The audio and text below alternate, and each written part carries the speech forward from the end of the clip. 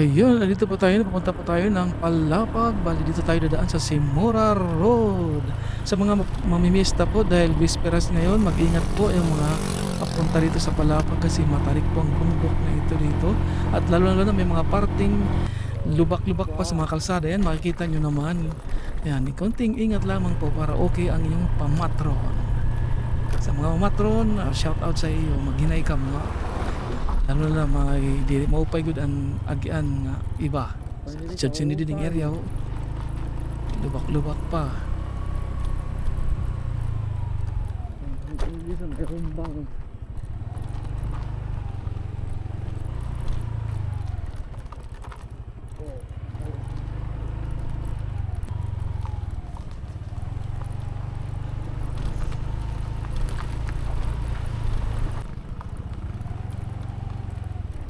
Idilat nga deho, hinahinay god kay matayunas kay mamara siya nga may baras. Kaya inahinalan imo padalagan eh. Kundi pag-apura kay di man tigikan ang palapag haon la iton.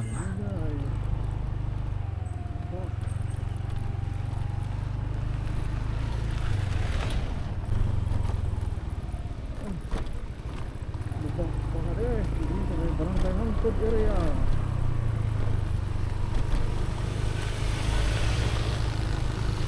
Kaya nga dyan, simento.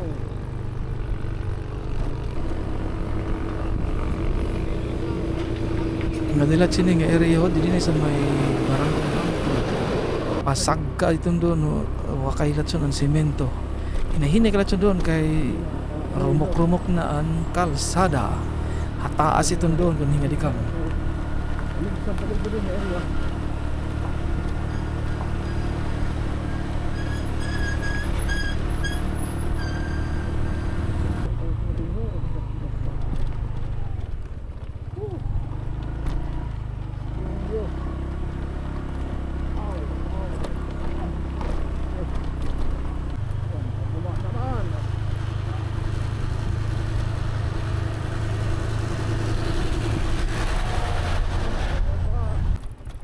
Full boost ng ano eh.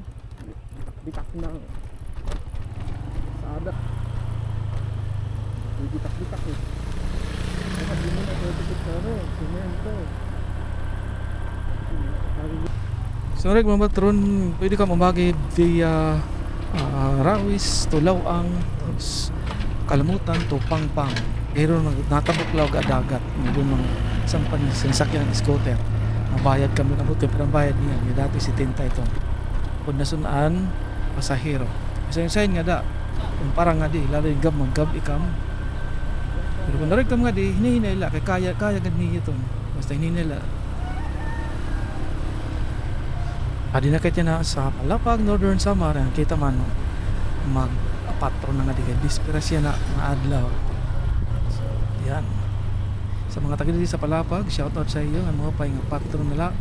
Labi na sa itong mga harayo nga dili mga kauli. Yan, may naging lugar dito. Shoutout nila sa iyo, mga pay nga patron.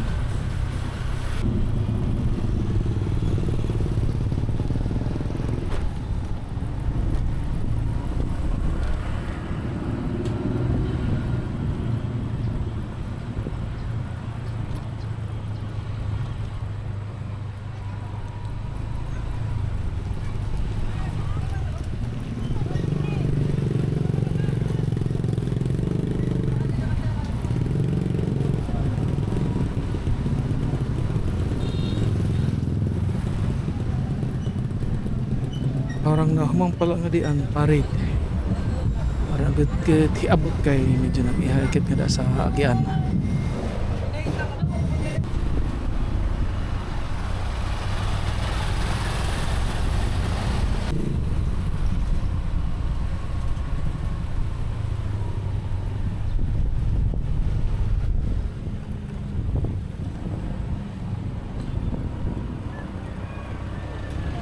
So ayun, tugtubla din na ito video. Salamat sa nanood.